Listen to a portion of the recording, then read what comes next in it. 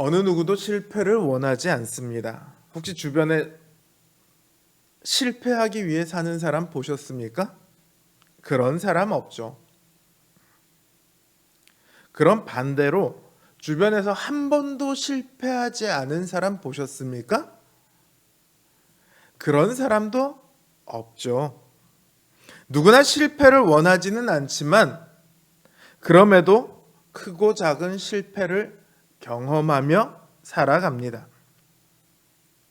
그러니까 실패 한두 번 한다고 인생이 끝나는 것은 분명히 아니에요. 물론 이걸 알기까지 참 많은 시간이 걸립니다. 실패를 한 번도 안 해본 사람에게 실패는요, 큰 두려움입니다. 실패를 하는 순간 모든 것이 끝날 것만 같아서 실패하지 않기 위해 발버둥을 칩니다. 그러다가 막상 실패를 하면요, 나 어떡하지? 이제 나 끝났다. 이러고 있다가 의외로 조금 지나고 나면 어라? 별거 아니네 싶기도 하죠. 신앙생활도 그렇습니다. 신자들은 늘 신앙생활에서 실패를 경험하게 마련입니다. 그게 당연합니다. 우리가 믿음을 가지게 된 자체가요, 하나님의 백성이 된 것 자체가 우리의 힘과 능력으로 된 것이 아니죠. 그러니까 믿음 생활을 하며 하나님의 백성으로 살아가는 일에 당연히 실패가 있을 수밖에 없어요. 우리의 힘과 능력이 그 수준이 아니라니까요. 다만 문제가 있죠. 많아도 너무 많아요. 좀 적당히 실패를 했으면 좋겠는데 너무 많이 실패를 합니다. 우리가 뭘 그렇게 많이 실패했냐 싶겠지만요, 우리는 매일매일 실패합니다. 기도하는 일에 실패하고, 죄짓지 않는 일에 실패하고, 사랑하는 것에 실패하고, 용서하는 일에 실패하고, 참는 일에 실패하고, 좋은 말만 하는 것에 실패하고, 우리는 수많은 실패를 매일매일 경험하며 살아갑니다. 그럼 그렇게 실패하면 우리는 이 믿음에서 탈락합니까? 그렇지 않죠. 오늘 본문을 보면 세 사람의 이야기가 있어요. 첫 번째 사람은 가룟 유다입니다. 두 번째 사람은 이름은 나오지 않는 한 청년이에요. 많은 학자들은 이 사람이 아마도 마가복음을 쓴 마가일 것이다, 이렇게 생각을 합니다. 또 나머지 한 사람은 마가복음에는 비록 이름이 나오지 않았지만 우리는 그 이름을 알고 있죠. 맞습니다. 마가복음에도 이름이 나오죠. 앞부분에서는 안 나오지만 뒷부분에 나오죠. 베드로입니다.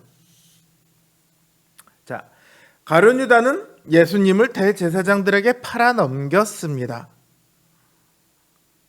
또 마가는 제자들이 다 도망가는 와중에도 예수님을 따라갑니다. 그런데 어떻게 따라가요? 벗은 몸에 베옷이불을 두르고 따라갑니다. 이거 무슨 변태인가 싶겠죠?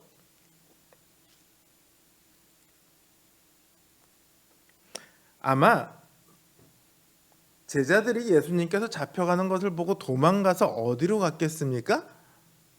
그들이 밥을 먹었던 마가의 다락방, 숙소로 돌아갔을 거예요. 그리고 마가가 예수님은 어디 가셨습니까? 라고 물었을 때 제자들은 예수님께서 잡혀갔어, 이렇게 대답을 했겠죠. 마가는 그 오밤중에 정신없이 뛰쳐나옵니다. 옷을 챙겨 입을 틈도 없이 두르고 있던 이불만 가지고 정신없이 뛰쳐나옵니다.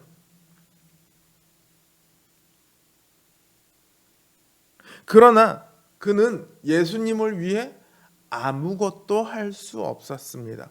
무언가를 하기는커녕 그 역시 무리에게 잡혀서 이불도 내팽개친 채로 도망해야만 했습니다.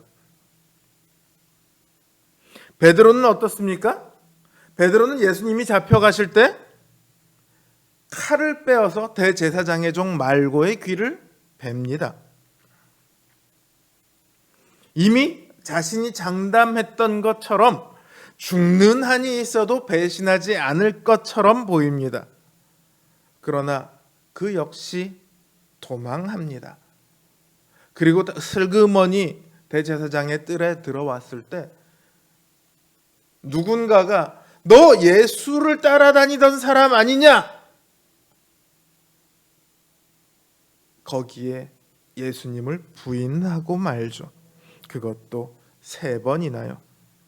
주님께서 3번 부인하리라고 말씀하셨을 때 내가 죽는 한이 있어도 그러지 않을 겁니다. 이렇게 장담했지만 결국은 주님의 말씀처럼 되어버렸습니다.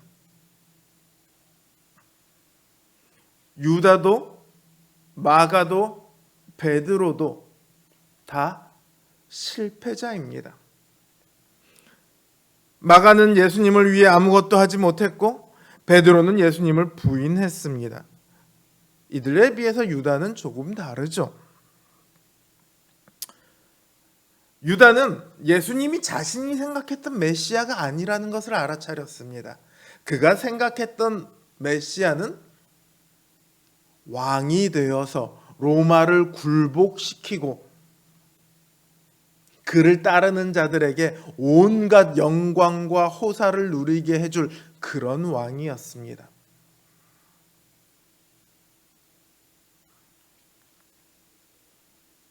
그런데 왕인 줄 알았는데 되어가는 걸 보니 예수님은 스스로가 나 이제 고난받고 죽을 거야 계속 이 말씀을 하시고 유대인들의 지도자들이 하는 것도 예수님을 죽이려 하고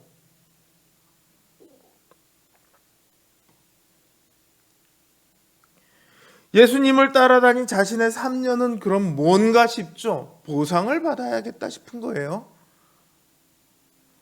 어차피 그 3년이 실패했으면 뭐라도 남겨야 되지 않겠습니까? 그 남기는 게 뭐예요? 돈이에요. 예수님을 팔아서 돈을 받죠. 겉으로 보면 유다는 뭐라도 챙겼으니 실패하지 않은 사람 같습니다. 오직 그만이 자기의 뜻대로 지금 했어요. 마가도 자신의 뜻대로 아무것도 할 수 없었고 베드로도 자신의 뜻대로 할 수 없어요. 보통 그걸 우리는 실패자라고 하죠. 그러나 유다는 자신의 뜻대로 했습니다. 예수님을 팔아넘겨서 돈을 챙겼어요. 성공했죠. 그러나 사실은 유다만이 진짜 실패자입니다. 왜냐하면 유다는 주님의 복음을, 주님의 십자가의 대속의 죽으심을 하나도 알지 못했고 믿지 못했고 그 효력을 누리지 못했기 때문입니다. 그는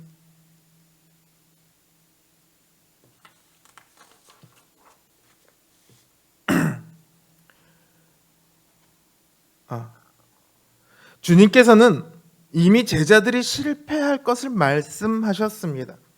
그리고 갈릴리로 돌아갈 것도 말씀하셨죠. 그러나 주님께서는 자신이 먼저 갈릴리로 가서 그들을 맞이하겠다고 하십니다. 너희 나 배신했지? 이제 끝이야. 주님은 이렇게 말씀하지 않으시죠.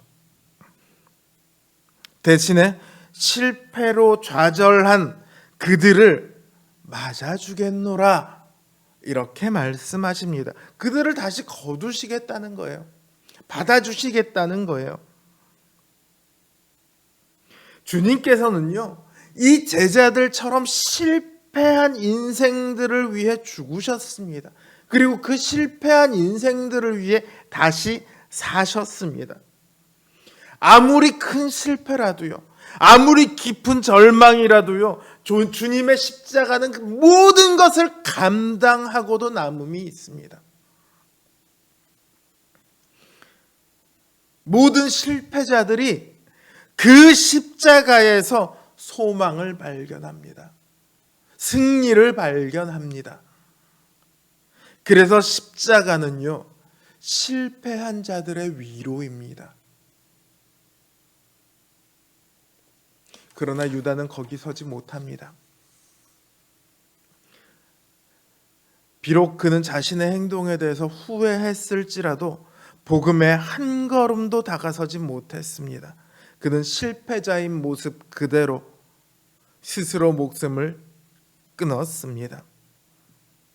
그는 실패자로 끝이 났습니다. 그러나 베드로와 마가는 어떻습니까? 그들의 삶은 실패자의 삶이 아니었습니다. 주님께서는 그들의 모든 실패를 다 감당하셨을 뿐만 아니라 하나님 나라의 권세와 영광 가운데 주님의 권능을 그들의 손에 맡기셔서 그들을 세우셨습니다. 우리 인생 가운데 우리가 실패를 두려워할 필요는 하나도 없습니다. 그저 우리가 두려워할 것은요, 실패가 아니라 그 실패 때문에 우리의 믿음이 꺾이는 것입니다. 주님의 그 크신 은혜와 자비에 우리의 인생을 맡기십시오. 우리가 주님을 바라보는 한, 주님의 십자가를 붙드는 한, 우리는 주님의 소망을 매일매일 발견하게 될 겁니다. 그리고 그 주님으로 인해 위로를 얻게 될 것입니다. 우리를 승리자로 세우시는 그 주님의 은혜가, 주님의 위로가 우리 성도님들과 늘 함께 하시길 주님의 이름으로 기원합니다.